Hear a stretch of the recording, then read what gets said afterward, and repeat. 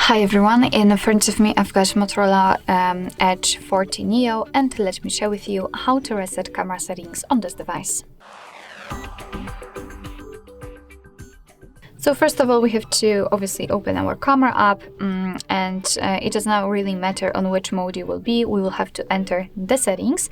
However, before we will start, I hope that you can see those grid lines. I've applied them before I've started the recording. It is because I'd like to show you the visual evidence that the reset option works, so they should disappear after the whole video.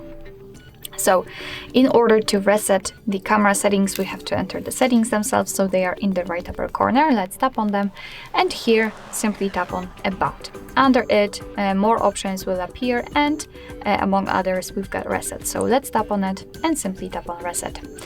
As you can see, actually nothing happens, right? We are still on the settings. However, after getting back to the camera, you can see that the grid lines disappeared, which simply means that we just successfully reset all camera settings.